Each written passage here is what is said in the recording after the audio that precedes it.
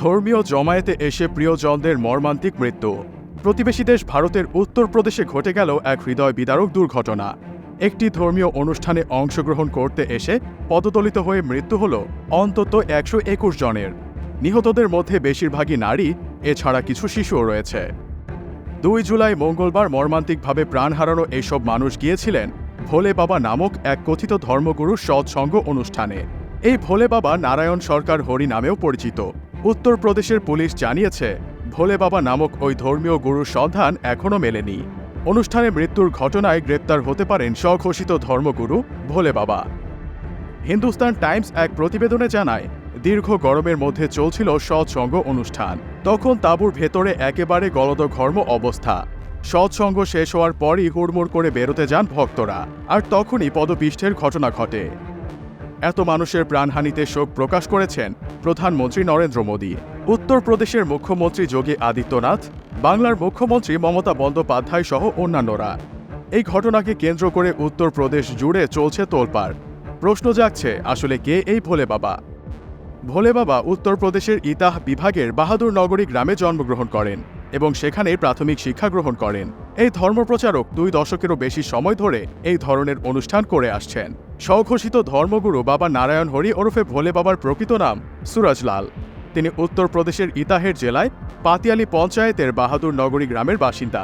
সাধারণ কৃষক পরিবার থেকে উঠে আসা সুরজ একসময় উত্তর পুলিশের গোয়েন্দা শাখার হেড কনস্টেবল ছিলেন। তিনি দাবি করেন, কলেজের গণ্ডি পেরিয়ে গোয়েন্দা বিভাগে কাজ শুরু করেন। পরে 1999 সালে চাকরি ছেড়ে দিয়ে ধর্মীয় বাণী প্রচারে মন দেন এবং নিজের নাম পরিবর্তন করে নারায়ণ সরকার হরি রাখেন। পুলিশে তিনি প্রায় 18 বছর চাকরি করেন। এরপর প্রায় 27 বছর ধরে এই অঞ্চলে ও পার্শ্ববর্তী জেলাগুলোতে ধর্ম প্রচার করছেন।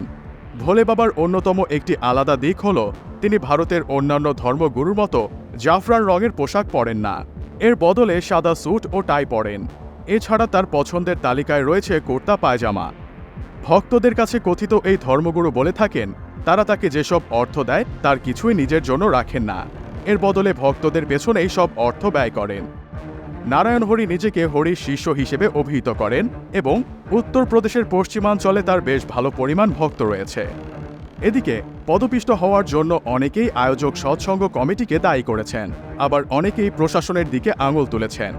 কিছু মানুষের দাবি, ভক্তদের অতিরিক্ত ভিড়ের কারণেই এই দুর্ঘটনা ঘটেছে। আবার এক পুলিশ সদস্য এই ঘটনার প্রসঙ্গে বলেছেন, সৎসঙ্গে কমপক্ষে 15,000 মানুষের উপস্থিতি ছিল। আমরা পদদলিত হওয়ার সঠিক কারণ জানি না, তবে শ্বাসরোধের ফলে বেশিরভাগ মৃত্যু হয়েছে। এএফপির এক প্রতিবেদনে জানা গেছে, ভারতের ধর্মীয় সমাবেশগুলোর খুবই খারাপ রেকর্ড রয়েছে। সমাবেশ পরিচালনা ও নিরাপত্তা ঘাটতির কারণে এরকম মারাত্মক ঘটনা এর আগেও ঘটেছে। যেমন 2013 সালে মধ্যপ্রদেশের একটি মন্দিরের কাছে একটি সেতুতে পদদলিত হয়ে 115 জন ভক্ত নিহত হয়েছিল। আবার হিন্দু নববর্ষ উদযাপনের সময় 2016 সালে নিষিদ্ধ আতশবাজি প্রদর্শনীতে একটি মন্দিরে বিস্ফোরণে অন্তত 112 জন নিহত হয়েছিল।